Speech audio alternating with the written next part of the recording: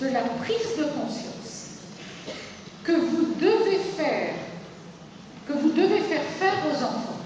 Première prise de conscience, leur dire explicitement, quand vous voulez travailler sur la compréhension autour d'une histoire, là maintenant on va s'installer, alors plutôt un groupe, classe entière, bien entendu, mais le groupe en grande section, ça peut être la demi-classe, avant ça peut être un peu réduit. On va s'installer pour un travail important. On apprend à bien comprendre les histoires. Pour les enfants, parler, comprendre sont des actes transparents. Ils ne savent pas que parler à l'école maternelle est un travail, qu'il y a un objectif derrière. Et cette idée de « on apprend à comprendre », on va apprendre peut-être des choses qu'on n'avait pas compris tout de suite dans le livre. On va bien chercher tout ce que cette histoire nous raconte. Il faut que ce soit explicite. Et ce qui doit être explicite aussi, c'est qu'on ne comprend jamais tout du premier. Même quand on est grand, comme la maîtresse, comme le maître, et qu'on lit des livres pour les grands, des fois quand on les relit, on se rend compte qu'il y a des choses qu'on n'avait pas comprises. Et cette idée-là qu'au fond, on ne comprend pas tout du premier coup, ça peut être intéressant justement pour motiver le retour sur une histoire. Vous êtes très jeunes, un certain nombre d'entre vous, pour d'autres, c'est peut-être plutôt vos enfants qui ont été concernés par cela. Il y a quelques années, au programme, je crois, de première, dans la série littéraire, on a remis des contes de Perrault.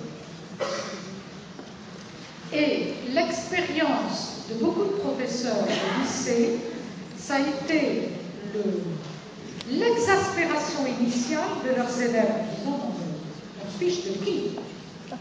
Ça, c'est des trucs qu'on a vus en maternelle, les contes de Perrault en première, ça leur paraissait, et les professeurs ont eu un petit travail de persuasion à faire pour leur montrer qu'au fond, ce qui allait être fait avec les contes de Perrault, c'était double. D'abord, leur faire lire les vrais contes de Perrault, dans la langue initiale.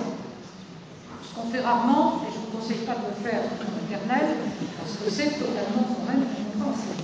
Mais, surtout, c'est qu'au fond, les contes de Perrault, ils disent des choses tellement importantes et tellement enfouies que c'était pour les grandes personnes et qu'on n'a jamais pu regarder ça en maternelle. Et qu'au fond, l'enjeu de cette lecture, ça allait d'être lire à un deuxième degré ou à un troisième degré, ce que l'on avait fait effleurer au premier degré. Et d'après ce que je sais de ce qui s'est passé, ça a été pour beaucoup de jeunes gens quelque chose d'intéressant de voir au fond ces couches enfouies du sens qu'on ne va réveiller qu'au terme d'un certain travail.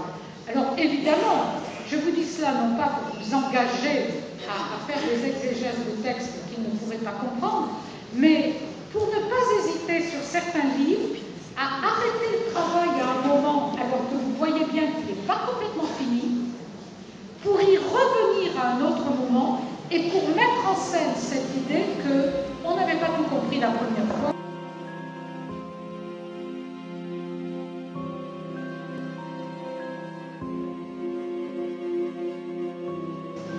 Ce qui est difficile pour un enfant, c'est de percevoir, est-ce que je vais le dire assez clairement? Oui, c'est de prendre conscience qu'ils savent des choses que les personnages ne savent pas.